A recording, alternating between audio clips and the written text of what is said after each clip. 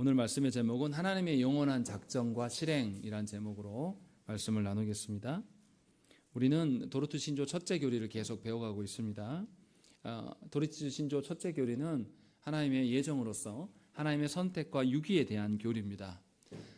그래서 도르트 신조는 하나님의 예정하심에 대해서 타락한 우리가 바로 알 수 없기 때문에 이것을 인지시키기 위해서 하나님의 작정을 먼저 설명하기 이전에 우리가 어떤 상태에 있는가를 먼저 설명합니다. 그래서 죄에 대해서 먼저 밝히고 죄된 우리는 온전히 우리의 생각과 의지와 우리의 정서까지도 완전히 타락한 존재임을 알려서 우리가 하나님을 우리 눈으로 우리의 입장에서 파악하거나 연구할 수 있는 대상이 아님을 알려줍니다.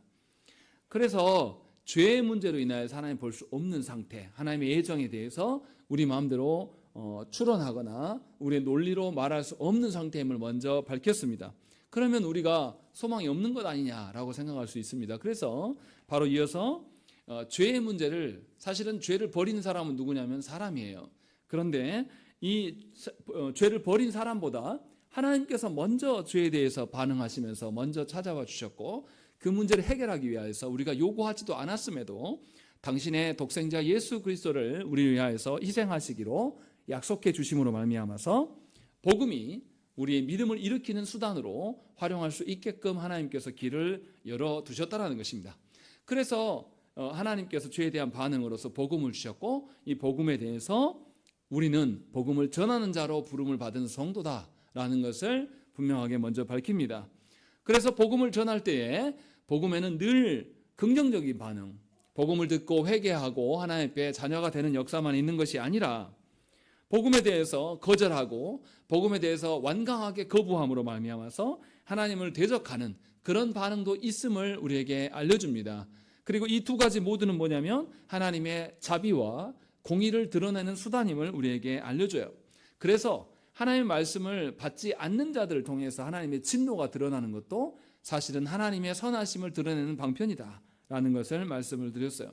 그래서 하나님에 대해서, 하나님의 일하심에 대해서 우리 입장에서 우리의 이성과 우리의 논리로 추론하는 것이 얼마나 미련한 것인가를 전제함을 먼저 밝히고 있습니다. 그리고 나서 하나님에 대한 신뢰가 있는 사람만이 하나님의 예정에 대해서 이제 조금 알 수가 있는 겁니다. 그래서 내가 죄인이었고 죄인 되었던 나의 죄를 해결하시는 분은 하나님이시고, 그러한 신뢰가 바탕이 되어져 있는 사람만이 하나님의 작정에 대한 이야기를 할 수가 있게 됩니다. 그래서 이제 드디어 하나님의 관점에서 이 작정을 설명하려고 지금 말하고 있는 겁니다. 오늘 우리가 6조를 보는데요, 하나님의 작정 중에서 두 가지죠. 하나님의 선택에 대한 설명은 7조부터 14조에 걸쳐서 하나님의 선택을 길게 설명을 합니다. 그리고 15조와 16조에서는 하나님의 유기하심에 대해서 다뤄요. 그 두 가지를 앞서서 하기 이전에 하나님의 작정이 어떠한 특성이 있는가를 6조에서 먼저 밝히는 겁니다. 그러니까 서론에 해당해요. 이 서론을 바로 잡는 것이 굉장히 중요합니다. 앞으로 해나갈 방향에서. 그리고 17조 이후에 두 가지 정도, 16조 이후에 두 가지의 항목을 더 설명하면서 첫째 교리는 마무리가 됩니다. 이 체계가 이렇게 되어 있다는 것을 여러분들 아시고, 오늘은 이제 하나님의 작정에 대해서 본격적으로 설명하는데 그것에 대한 서론격으로 지금 밝히고 있습니다. 그런데 6조는 뭡니까? 제목이 뭐라고 되어 있어요? 하나님의 영원한 작정, 이렇게 이야기를 하고 있습니다. 뭔가 어떤 것을 설명하려고 이렇게 제목이 있는 것을 볼 수가 있어요. 무슨 말 하려고 하는 거냐면 하나님께서 뭔가 계획하셨는데 영원 가운데서 이 계획들을 세우셨다라는 것이죠. 하나님께서 우리에게 예정하신 것은 즉흥적인 것이 아니에요. 영원 속에서 행하시고 계시다라는 것이죠. 그런데 제목은 이렇게 해놓고 정작 그 내용으로 들어가 보면 영원에서 하신다는 말을 하지 않아요. 영원부터 이야기를 하면 좋겠는데 뭐라고 말씀하시면 우리 첫째 문장만 읽겠습니다. 시작.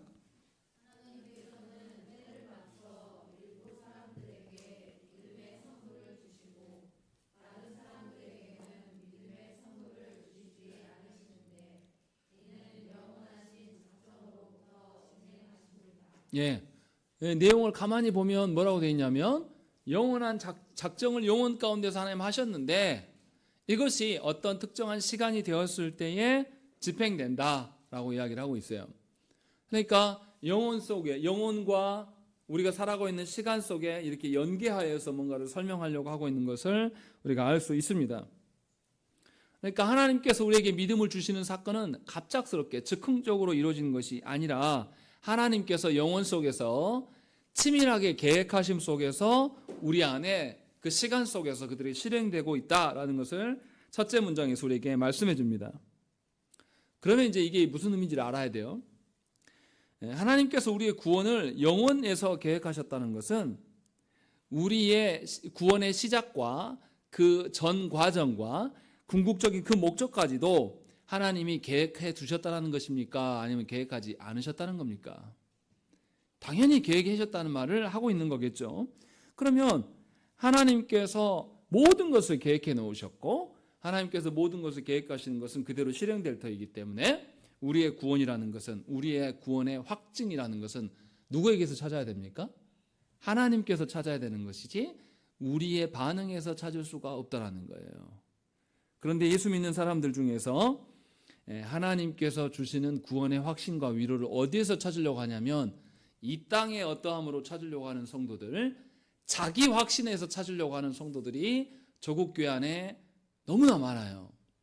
그래서 구원받음에 대한 것을 하나님의 계시로부터 확증을 갖는 것이 아니라 자신의 삶에 대해서 바라보는 거예요. 자신의 삶에 문제가 없고 자신의 자녀들까지도 잘 되고 이런 것을 구원의 확증으로 여기는 거짓 신앙인들이 교회 안에 너무나 많다는 것입니다.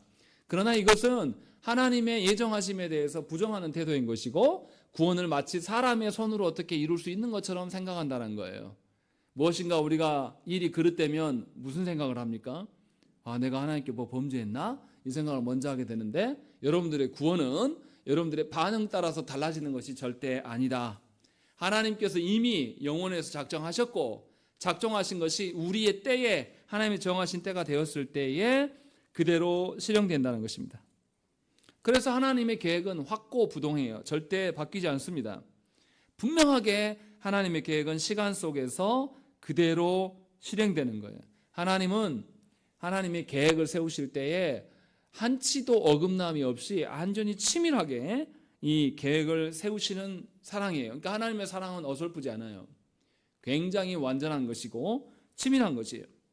그리고 하나님의 사랑은 빈틈도 없고 실수도 없습니다. 완전한 견고함 속에서 우리를 찾고 부르시는 거예요. 우리에게 베푸신 구원은 그만큼 확고부동한 것입니다. 그래서 우리는 하나님으로부터의 확신을 찾는 것이에요. 우리는 우리의 구원의 어떠함을 세상을 살아가면서 세상살이에서 찾는 것이 아니라 하나님으로부터 찾을 때만 정상적으로 찾을 수가 있는 거예요. 그러니 여러분들이 신앙생활 해나갈 때에 여러분들의 삶의 형편과 여러분들의 가정 안의 어떤 형편들을 따라해서 여러분들이 구원에 대해서 의심하는 것은 여러분 큰 실수를 하고 있는 겁니다. 하나님의 말씀 안에서의 확신이에요. 그러니까 교회가 교회되는 것에 대한 우리 교회가 좋다, 나쁘다라고 하는 기준들은 어디에서 나와야 됩니까?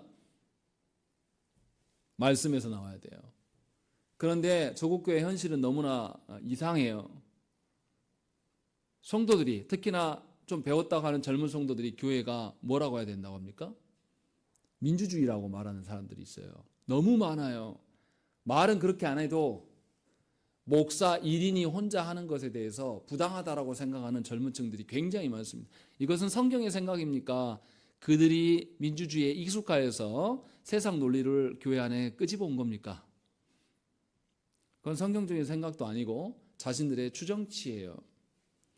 또 젊은 층들과 반대로 장년층들은 자신들이 이뤄놓은 교회를 말하고 싶어 합니다. 누군들 그렇지 않겠습니까? 자신들이 평생에 무엇인가를 읽어왔는데 읽어온 거를 내 자녀가 부정해요. 이거 이대로 하면 안 되겠는데? 라고 하면서 아버지가 어머니가 수고했는데 이대로 되면 우리 집안이 문제가 생길 것 같습니다. 이거 수정하시죠? 라고 하면 좋아할 부모가 있습니까? 없어요. 자기가 부정당하는 것처럼 오해한단 말이죠. 그래서 교회가 젊은 층은 또 그렇게 생각하는 것이고 또 장려증은 뭐냐면 자기들이 읽어놓은 것에 대해서 손대면 큰일이 나는 것처럼 난리를 치는 거예요. 둘 다 하나님의 인도하심과 상관없는 거예요. 그런데 그것을 고집 피웁니다. 그래서 굉장히 목회하기가 어려워요. 교회 세워나가는 게. 그래서 분명하게 우리는 하나님의 계획 속에서 우리 교회를 바라봐야 한다는 것이죠. 하나님의 계시 속에서 교회를 바라봐야 될 필요가 있는 거예요. 그래서 하나님은 이렇게 확고부동한 당신의 계획을 누구한테 알리셨습니까? 성경을 자세히 보세요.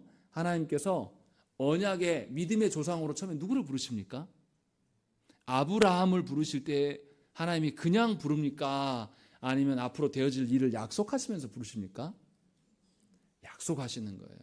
다시 말하면 하나님의 예정은 영원 속에서 작정하기 때문에 하나의 오차나 빈틈도 없이 그대로 시간 속에서 이루어져요. 이렇게 확고부동한 것이기 때문에 하나님은 당신의 백성들에게 당신의 계획의 일부를 알려줍니까? 안 알려줍니까? 알려줘요. 그래서 아브라함에게 뭐까지 알려줍니까? 네 400년 후에 네 후손이 애굽으로 내려가 있다가 다시 돌아오게 될 것까지도 아브라함에게 다 설명해 주신 하나님이. 하나님이 설명할 의지가 없고 의미가 책임이 없거든요. 그러한 의무가 없는 분이에요. 그런데 하나님이 당신의 계획하심이 애정하심이 너무나 확고부동하기 때문에 이것을 우리에게 언약으로 주십니다. 그리고 우리는 그 언약을 근거로 누구를 바라보는 거죠? 하나님을 바라보는 거예요. 언약이 아닌 여러분들의 상상이나 여러분들의 추정이 되어서는 안 된다라는 거죠. 이것이 하나님의 예정 가운데 드러난 일이에요.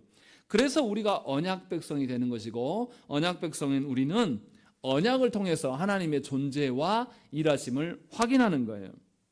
그러니 신앙생활 나갈 때에 말씀에서 말하지 않는 것, 그것이 어떤 겁니까? 여러분들의 경험이나 체험을 근거로 인해서 내가 교회에서 수십 년 살아보니 이러하더라 라는 말을 하면 됩니까? 안 됩니까?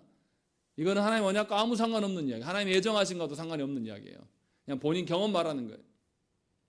경험으로 교회가 세워지지 않는다라는 것이죠. 이런 의미에서. 왜냐하면 하나님의 예정이 너무나 확고부동하고 그대로 실행되기 때문에 이 예정하심을 우리에게 언약으로 주셨고, 우리는 하나님을 알아가고 하나님의 다스림을 깨달는 것은 언약을 통해서만 알 수 있다라는 것이죠. 이것이 하나님께서 우리에게 주신 예정이라는 겁니다. 그래서 우리는 말씀을 근거로 우리의 삶에 말씀대로 실현되는 것들을 구별해서 찾아야 됩니다. 그리고 말씀으로 실현되는 것 속에서 하나님을 발견할 수가 있는 것이에요. 말씀을 모르는 자가 그냥 아무렇게나 살다가 본인이 깨달은 것이 그것이 성경이 말하는 언약입니까? 아니라고요. 한국교회는 그것을 말하는 분들이 너무나 많아요. 자기 경험에 의해서. 해보니까 제가 이제 들었던 이야기예요. 교회를 개척하려고 하니까 교회를 개척하려면 목이 좋아야 돼. 교회 자리가 중요해. 그리고 혼자 개척하면 안 되니까 몇 명이라도 데리고 하는 게 좋다. 이렇게 말한단 말이에요. 그게 성경에서 말하는 말씀입니까? 아닌데 자신들의 경험한 것으로 말한단 말이에요. 그러니까 한국교회 안에 무슨 문제가 생기냐면 사람의 경험과 성경에서 말하는 교회됨이 짬뽕이 돼 있어요. 그래서 성도들이 뭐냐면 성경을 존중하는 것이 아니라 누구를 존중하는 거죠? 성공한 사람들을 존중하게 되는 거예요. 그래서 교회가 뭐 합니까? 교회 목사님들이 뭐 하고 다녀요? 성경을 연구하고 성경 외에서 순종하기 위해서 사는 것이 아니라 각종 프로그램 세미나들을 쫓아다니는 거예요. 성경을 연구하는 세미나는 건전한 거 좋은 거예요. 근데 그게 아니고 무슨 전도대회, 무슨 전도법 얼마나 많습니까? 뭐 고구마 전도법, 진돗개 전도 어쩌고 저쩌고. 그게 성경입니까? 아닌데 그것을 쫓아다녀요. 그러다가 이제 뭐가 나오는 거죠? 이게 신비로 빠지는 거예요. 놀랍게 우리 교단에서도 그런 일들을 하는 사람들이 굉장히 지금도 많습니다. 왜 그러냐면 하나님 언약을 모르기 때문이에요. 하나님 언약을 모른다는 건 뭘 인정하지 않는 겁니까? 하나님 예정하심을 인정하지 않는, 하나님 주권을 인정하지 않는 거죠. 그래서 지금 도르트 신존 이것을 이야기를 하고 있는 겁니다. 하나님의 예정은 영원 속에서 작정하신 것이고, 그래서 오류가 없기에 이것을 우리에게 언약으로 주셨다. 그리고 언약하신 대로 하나님 진짜로 실행하신다. 그러니 우리는 하나님의 언약을 따라서 살아가야 된다라는 것을 이야기해요. 에베소서 3장 11절 말씀에도 뭐라고 하냐면 영원부터 우리 주 그리스도 예수 안에서 예정하신 뜻대로 하신 것이다 라고 말하는 거예요. 성경은 하나님의 작정이 영원부터 있었음을 말씀하십니다. 하나님의 작정은 사람의 논리나 추론이 아니라 하나님의 계시로부터만 알 수 있습니다. 또한 하나님의 작정이 시간 속에서 그들에 실현되기 때문에 사람은 하나님의 행하시는 일을 통해서 하나님을 알고 깨닫게 되는 것이지 사람의 판단으로 깨달아지는 것이, 사람이 이해하는 것으로 깨달아지는 것이 절대 아니라는 것입니다. 이처럼 하나님은 우리를 사랑하심에 있어서 그저 마음만으로 사랑하시는 그런 하나님이 아니에요.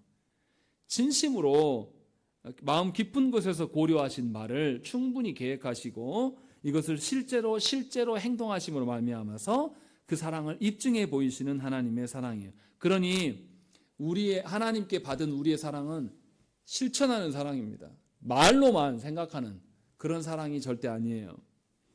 우리가 너무나도 유한하고 어리석기 때문에, 그것을 하나님이 너무나 잘 알기 때문에 우리 수준의 이것을 깨닫게 하시기 위하여서 작정하실 때에 우리 수준을 배려하시고 그 속에서 모든 것을 계획하시고, 또 그것만으로 끝나는 게 아니라 당신의 계획을 우리한테 고지할 의무가 없으심에도 불구하고 우리가 너무나 미련하고 어리석기 때문에 하나님은 너희 가운데 이렇게 역사할 것이다 라는 것에 대한 언약을 하나님이 주신단 말이에요. 그래서 영혼 가운데 초월하신 하나님을 알아볼 수 있고 또 그 사랑을 나눌 수 있도록 하시기 위해서 하나님이 우리에게 역사하신다는 것이죠. 그러니까 하나님의 예정은 예정만이 말하는 게 아니라 예정이 실제로 우리 가운데 역사하고 이것을 우리가 깨닫고 알 수 있는 데까지도 배려하시는 하나님이 예정 가운데 역사하시는 하나님이라고 지금 말씀하고 있는 겁니다. 그래서 성도는 살아있는 동안에 자신에게 주어진 시간 안에서 하나님의 예정대로 실행하는 것을 보고 깨닫고 누리면서 살아가는 자들이에요. 이것을 깨닫기 위해서 우리는 하나님이 주신 계시의 말씀을 잘 알아야 됩니다. 그래야지만 내 삶에 관여하시는 하나님을, 말씀대로 실현하시는 하나님을 발견할 수가 있고, 이것을 발견하는 사람만이 하나님께 감사할 수가 있고 찬양할 수가 있는 겁니다. 그러니까 이것은 말이 안 되는 거예요. 하나님의 언약을 아무것도 모르고 하나님의 말씀에 아무것도 모르는 사람이 반주를 한다? 있을 수 없는 이야기예요. 하나님에 대해서 아무것도 모르는데 성악을 배웠어요.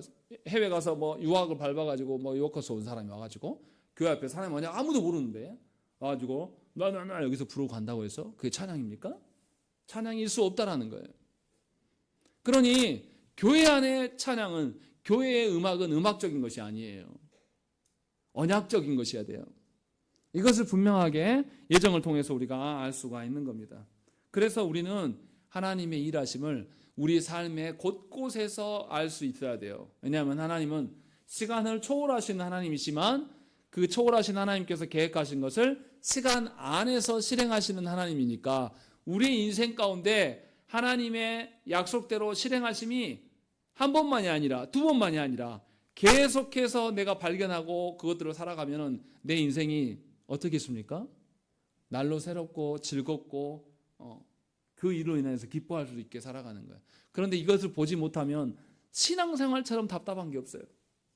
왜 우리 교회는 놀러도 안 가고 맨날 모여서 지겨운 말씀만 하냐? 왜 교리의 말씀만 하냐? 왜 맨날 공부만 하려고 그러냐? 저는 실제로 우리 교회에 와서요, 예배 드리고 간 사람 중에 저한테 그렇게 말한 분이 있었어요. 신학교입니까? 목사님 그렇게 목회하면 망해요. 본인이 굉장히 신학 잘한다고 생각하는 분이었어요. 그분이 저한테 그렇게 말하고 가더라고요. 교회를 찾으러 왔더니 신학교네 그러면서 싫은 소리를 하고 가시는 분을 제가 본 적이 있습니다. 교회는요, 하나님의 언약을 열심히 알고 그 언약을 보고 살아가는 존재예요. 그래서 말씀을 떠나서는 교회가 존재할 수가 없습니다. 말씀을 떠나서는 성도의 찬양이 아니에요. 말씀을 떠나서는 성도의 기도가 아닙니다. 말씀을 떠나서는 성찬이 아니에요. 이것을 모르는 자는 교회가 행하는 일에 대해서 지루할 수밖에 없는 거예요. 괴로울 수밖에. 왜냐하면 본인은 하나님 본 적 없거든요. 하나님 일하심이 무엇인지 잘 모르거든요. 분명하게 우리의 신앙 선배들은 이것을 고수했습니다. 그래서 교회 정체성을 찾을 때 다른 것을 찾지 마십시오. 교회가 말씀에 대한 사랑과 말씀에 대한 추구가 있는 것이 가장 중요한 거예요. 다른 것 좀 부족해도 괜찮아요. 교회가 재정이 없다든지 성도가 별로 없다든지 또 교회가 뭔가 온갖 시스템이 없다든지 괜찮아요. 말씀이 있으면 돼요. 그런데 제가 답답한 것은 뭐냐면 우리 교회를 보면서 평가하는 분들이 있어요. 주일학교도 없네. 또 주보가 왜 그래도 올해는 우리가 칼라로 뽑잖아요. 작년까지는 우리가 흑백으로 뽑았거든요. 그러니까 주보가 이 모양이네. 그러면서 저한테 목사님 주보 그렇게 뽑으면 망해요 교회. 우리 교회 주보 갖다 쓰시오. 이런 분들도 있어요. 얼마나 이게 기가 막힐 노릇입니까? 하나님과 상관없는 방식으로서 살아가면서도 자기들 스스로 이것을 자부하고 거짓된 교회관이 우리 안에 있어요. 왜 그러냐? 하나님의 계획하심이 하나님의 작정하심이 실제로 우리 가운데 이루어지는 것을 믿지 못하기 때문이다 라고 지금 말씀하고 있는 거예요. 그래서 지금 6조에서 강조하는 것은 뭐냐면 하나님의 계획하심이 하나님의 예정하심이 현실 가운데 이루어지는 것이 과연 너희들이 수긍하고 수용하는가 라는 것을 우리에게 묻고 있는 겁니다. 그래서 하나님의 작정대로 하나님이 친히 행하심을 우리가 믿어야 되는 것이고 그것을 통해서 하나님을 알고 하나님을 알기 때문에 그 일로 하나님을 찬양하는 거예요. 그래서 하나님의 구원은 추상적인 것이 아니에요. 그러니까 신앙생활 하나 하면서 이런 분들이 있어요. 나는 마음으로 믿어요 라고 말하는 분들 안 믿는 겁니다. 하나님의 역사하심은 우리 가운데 실제적이에요.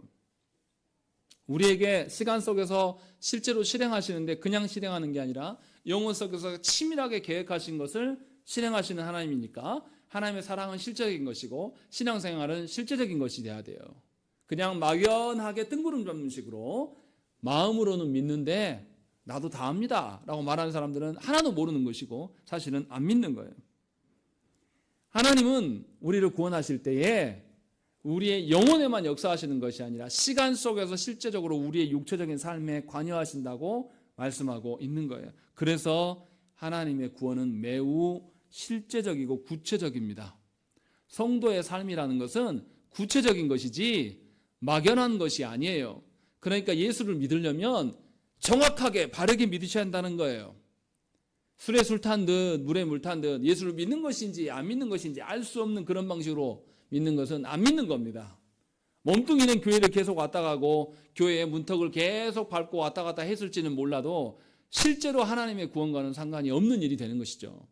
이것을 지금 도르신조 6조에서 우리에게 이야기를 하고 있는 겁니다. 하나님은 실제적이고 구체적이신 분이시다.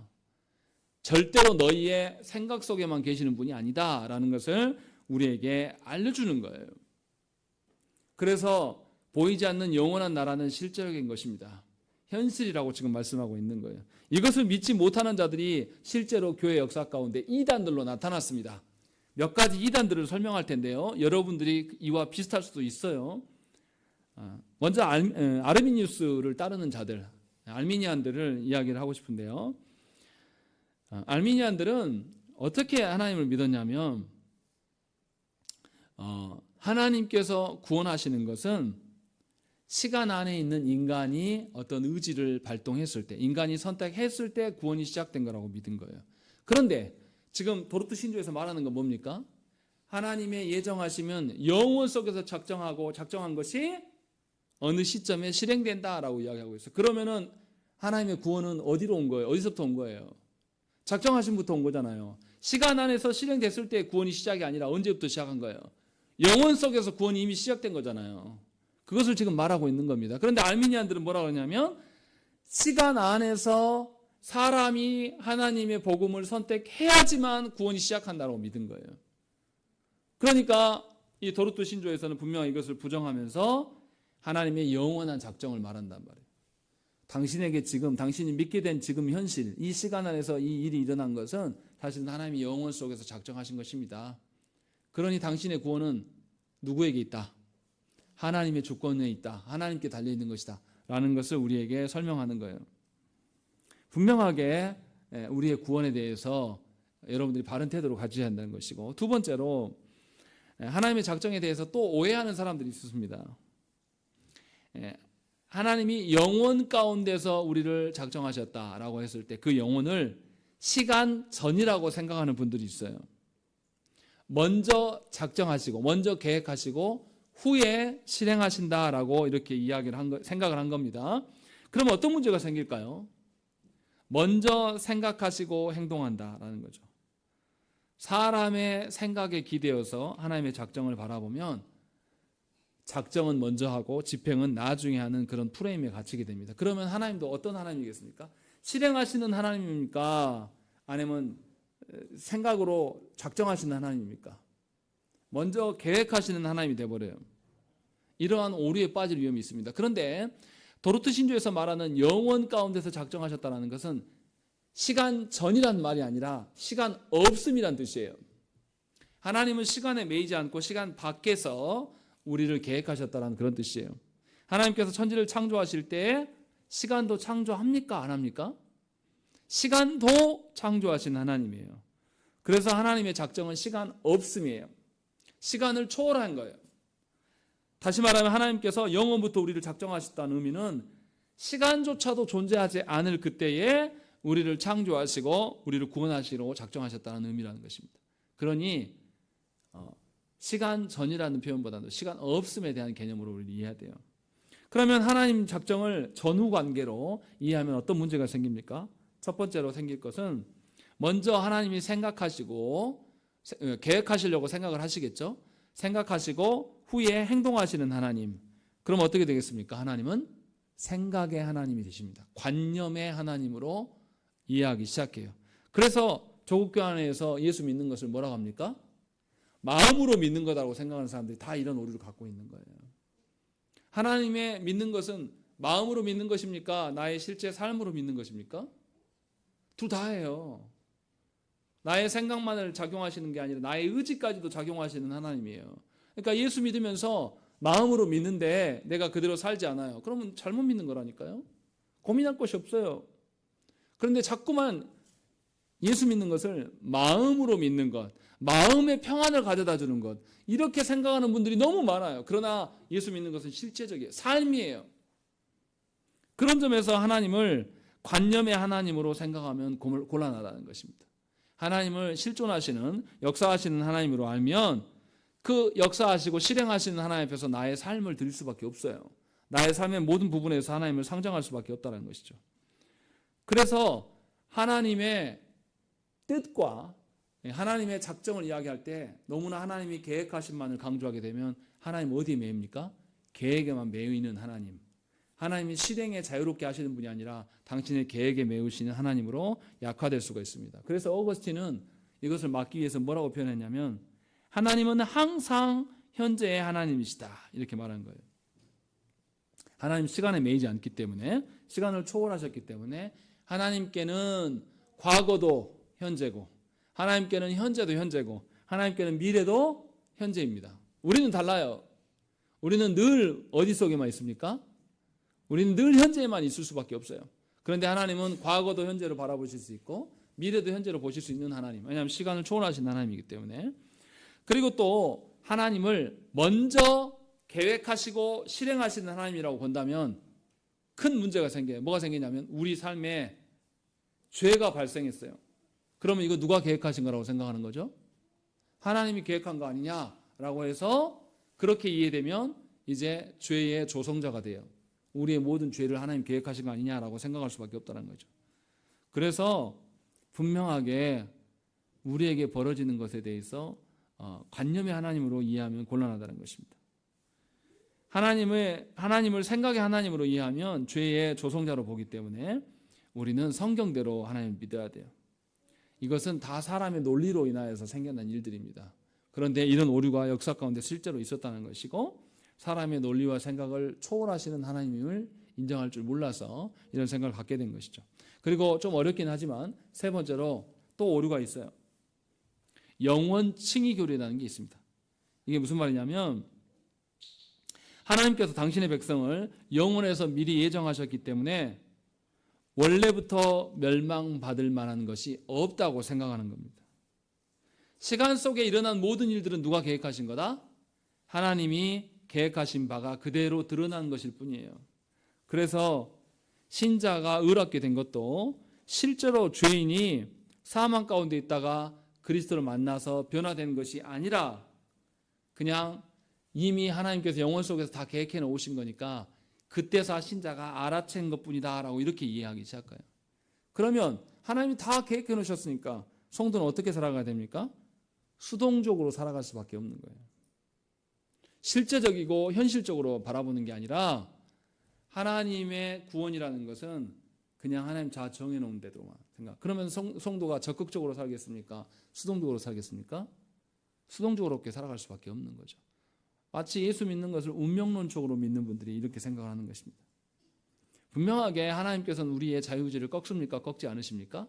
꺾지 않으시고도 당신의 뜻대로 이뤄가실 수 있는 하나님이에요. 그런데 이 예정에 대한 오해를 갖게 되면 이러한 일들이 벌어진다는 것이죠. 그래서 하나님의 작정하심과 행하심을 뭔가 인과관계로 보이면 곤란해요. 자꾸만 한국교회가 이런 소리 잘한단 말이에요. 심은 대로 거둔다라는 거예요. 하나님은 안 심으시고 거둘 수 있는 하나님이에요. 이것이 이상한 게 아니라 그게 하나님의 전능성이란 말이에요. 그런데 우리 논리로 하나님을 판단하려고 하니까 자꾸만 심은 대로 거둔다는 이야기를 하는 거예요. 성경에 심은 대로 거둔다는 말씀이 없는 게 아니에요. 있습니다. 그것은 인과관계를 설명하려고 말씀하신 말씀이 아니에요. 하나님 앞에서 온전함을 말하려고 하는 그것을 이야기하는 것이지 우리가 논리하는 그게 아니란 말이에요. 그러니까 분명하게 하나님의 예정하심을 인과관계로 보면은 곤란한 거죠. 그것을 말하고 있는 것이 아니에요. 그래서 하나님의 작정에 대해서 오해가 없이 바르게 알아야 될 필요가 있습니다. 하나님께서 누군가를 선택하시면 택함을 받는 자가 됩니다. 모든 성도는 스스로 자신이 하나님의 것을 선택한 것이 아니라 전적으로 하나님의 능동적인 선택에 의해서 택함을 받은 자입니다. 이 선택은 창조주와 피조물의 명확한 구별점이 되는 거예요. 무슨 말이냐면 하나님만이 선택하실 수 있는 것이죠. 우리가 선택하는 게 아니라 창조주이시기 때문에 하나님만이. 그래서 피조물은 하나님의 선택에 대해서 옳다 그르다 말할 수 있습니까? 없습니까? 없어요. 우리는 피조물이니까. 그것을 알아야 된다는 것이죠. 반대로 하나님께서 택하지 않는 자들에게는 하나님의 주권적인 은혜가 베풀어지지 않습니다. 또 은혜도 요구할 수도 없어요. 그래서 택함을 받지 못한 자는 은혜의 수단 아래 있다 할지라도 성령의 역사하심이 없기 때문에 그들에게 은혜가 적용이 됩니까? 적용되지 않습니까? 적용되지 않는다라는 것이죠. 그러니까 착각하시면 안 돼요. 여러분들이 은혜의 방편인 말씀의 자리에, 성찬의 자리에, 기도의 자리에 있다고 해서 여러분들이 무조건 은혜를 받습니까? 아니라는 거예요. 그래서 하나님을 알고 하나님의 도움을 구하면서 말씀의 자리로 나와야 돼요. 여러분들이 무엇을 했기 때문에 은혜를 받는 게 아니라 전적인 하나님의 은혜라는 거예요. 이것을 알면 하나님 앞에서 그 사람이 온전하게 하나님의 성령의 역사로 그 은혜의 방편들이 활용되기를 구할 수밖에 없는 겁니다. 그러니까 이런 거 안 돼요. 자녀들을 위해서 내가 대신 기도해줬다. 자녀들을 위해서 내가 대신 헌금해줬다. 아무런 의미가 없어요. 이게 무슨 의미가 있습니까? 그런데 그런 생각을 하는 것 자체는 뭐냐면 하나님의 예정에 대한 오해예요. 분명하게 이것을 아셔야 된다는 것이죠. 그래서 예배 참석했다고 해서 기도회에 왔다고 해서 그 사람이 변화될 것이라는 생각을 버리라는 거예요. 왜냐하면 말씀의 자리에 와도 누가 역사하셔야지. 성령께서 역사하실 때만 우리는 말씀을 깨닫게 있는 것이고 기도의 자리에 왔어도 성령께서 깨닫게 하신 바를 기도해야지 자기 소원을 빌고 있는 기도를 하는 것은 하나님께 버림받은 증거일 수도 있어요. 분명하게 이것을 알아야 한단 말이죠. 그러니 우리가 살아가는 데에서 우리의 현실 가운데 우리가 마주하고 있는 벌어지는 일들이 하나님의 예정이기를 비는 거예요. 그것이 우리가 해야 될 바른 태도입니다. 여전히 죄 가운데, 패역함 가운데 고집스럽게 나의 방식들을 고집하면서 살아갈 수가 없어요. 참된 그리스도인이라면. 왜냐하면 나의 삶에 벌어지는 건 다 누구의 계획이니까. 하나님의 계획이니까 내 고집할 수가 없어요. 내 체험을 말할 수 없어요. 내 연륜을 말할 수가 없단 말이죠. 또 내 생각이나 내 판단을 이게 선이라고 말할 수가 없어요. 왜냐하면 하나님의 작정을 우리 모른단 말이죠. 그 속에서 마주하고 있기 때문에 우리의 현실의 어떠함을 이해하려면 하나님의 작정을 알아야 돼요. 하나님의 작정을 알려면 뭘 찾아야 됩니까? 하나님의 말씀으로 돌아갈 수밖에 없어요. 이 말씀을 깨닫게 하시는 분도 바로 성령님이에요. 그러니까 여러분들의 경험이나 연륜으로 성도들 앞에서 무엇인가를 판단하고 무엇인가를 생각하는 것이 굉장히 위험할 수 있다는 거죠. 교회가 왜 당회를 조직합니까? 당회를 누구누구만 들어갑니까? 목사와 장로만요. 왜 그렇게 합니까? 한국교회 이거 옳지 않다고 생각하잖아요. 목사와 장로들이 교회 다 망가뜨려 먹으니까 이렇게 하면 안 돼. 운영위원회 만들자. 그래서 운영위원회 누구까지 다 넣습니까? 뭐 노년부터 해가지고 청년까지 다 집어넣어요. 왜 장로교회 우리 선배들은 그걸 안 넣었을까요? 민주주의 몰라서 그랬을까요? 왜 장로와 목사를 넣습니까? 그나마 하나님의 말씀에 대해서 알고 하나님의 언약을 아는 분들에게 교회에 결정권을 주겠다는 거예요. 그래서 하나님의 뜻대로 하기 위하여서 그렇게 하는 겁니다. 이 장로교회 원리를 모르는 우리 한국교회는 뭐냐면 어느 교회를 가든지 운영회를 만들어 놓고 있어요. 이것은 하나님의 예정에 대한 부인이기도 해요. 분명하게 알아들으셔야 한다는 것입니다. 분명하게 한 영혼이 선택된 자인지 아닌지는 복음에 대한 하나님의 말씀에 대한 태도에서 확연히 드러납니다. 여러분들이 살아가는 데 있어서 하나님의 작정하신 바를 아는 것이 우리가 마주하고 있는 현실을 바르게 이해하는 것인데 그것을 이해하기 위해서 우리는 말씀을 존중하고 복음을 존중할 수밖에 없어요. 복음에 근거해서 우리의 삶을 판단할 수밖에 없다는 거죠. 그러니 신자가 참 신자인지 아닌지라고 할 수 있는 것은 여러분들이 복음을 어떻게 대하느냐, 말씀을 얼마나 존중하느냐에 따라서 확연하게 드러나는 것입니다. 그래서 교회는 그리스도의 몸된 교회는 말씀 중심의 교회가 될 수밖에 없는 거예요. 그것을 우리에게 보여줍니다. 우리가 죄를 깨닫고 우리가 회개하는 것도 하나님의 말씀의 기준 없이는 불가합니다. 하나님의 역사 없이는 불가능해요. 또 우리가 누군가를 용서하는 것, 또 우리가 무엇인가 구원의 은혜를 갈망하는 것도 하나님의 말씀의 깨달음 없이는 불가능한 거예요. 반대로 자신의 죄를 깨닫지 못하고 죄 용서와 구원의 필요성을 부인하고 도리어 자신의 죄가 밝혀지는 것에 대해서 극노하는 자, 대노하면서 자신의 치부를 감추려고 하는 것은 하나님의 말씀을 수용하지 않는 자라는 거예요. 분명하게 이것을 알아야 돼요. 정말로 하나님께서 택하여서 영적으로 죽었던 자라고 자신의 상태를 아는 사람이면 자신의 치부를 다 드러낼 수밖에 없어요. 하나님 앞에. 그렇지 않겠습니까? 아픈 환자가 의사한테 나아가서 환부를 드러내라 보여달라고 했을 때 환자가 감춥니까? 아무리 처녀라고 할지라도 산부인과 가서 의사가 바지 벗으세요 하면 이거 이 나쁜 의사 하면서 완강하게 거절하면서 바지를 안 벗는 환자가 있습니까? 없어요. 다 벗어 제껴요. 무슨 말입니까? 하나님 앞에서 나의 죄의 상태를 알고 그 죄가 내가 해결할 수 없음을 깨달은 사람은 하나님의 말씀 앞에서 우리의 치부를 다 드러내 보인단 말이에요. 이건 창피한 일이 아니에요. 하나님 앞에서 죄를 회개하고 하나님의 인도하심을 받기 위하여서 온전하게 서는 것이죠. 그래서 말씀이 나를 찌르고 말씀이 나를 때로는 아프게 해도 그것이 나에게 유익이 됨을 인정하며 고백할 수가 있는 것이죠. 왜냐하면 하나님의 은혜 아니고는 하나님을 의존하지 않고는 살아갈 수가 없어요. 또한 성령의 역사하심 아니고는 내가 하나님을 의존하고 살아갈 수 없기 때문에 더더욱 주의 말씀을 사모하면서 그 앞에서 나를 다 드러내 보이는 겁니다. 이것이 예정하시는 하나님 앞에서 우리가 살아가는 방편입니다. 우리의 태도라고 지금 말씀하고 있는 거예요. 그러니 우리는 이 사실을 알아야 돼요. 하나님의 영혼 속에서 작정하심이 시간 속에서 실행되고 있다는 것이 얼마나 우리에게 엄청난 은혜가 되는지를, 하나님께서 우리를 향하여서 얼마나 사랑하시면 그토록 면밀한 계획을 하고 계획하신 대로 그대로 실행하시는 하나님일까.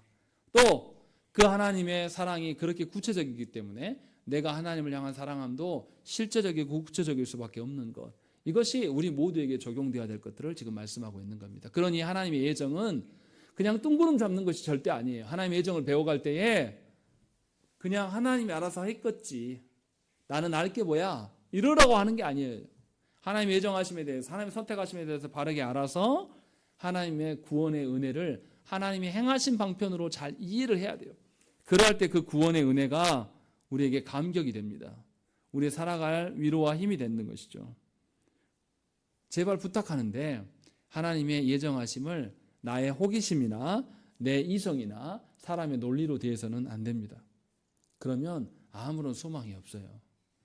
분명하게 하나님은 영혼 속에서 우리를 위하여서 작정하셨고 작정하신 바를 아주 구체적으로 우리 가운데 실행하시는 하나님이시라고 말씀하고 있어요.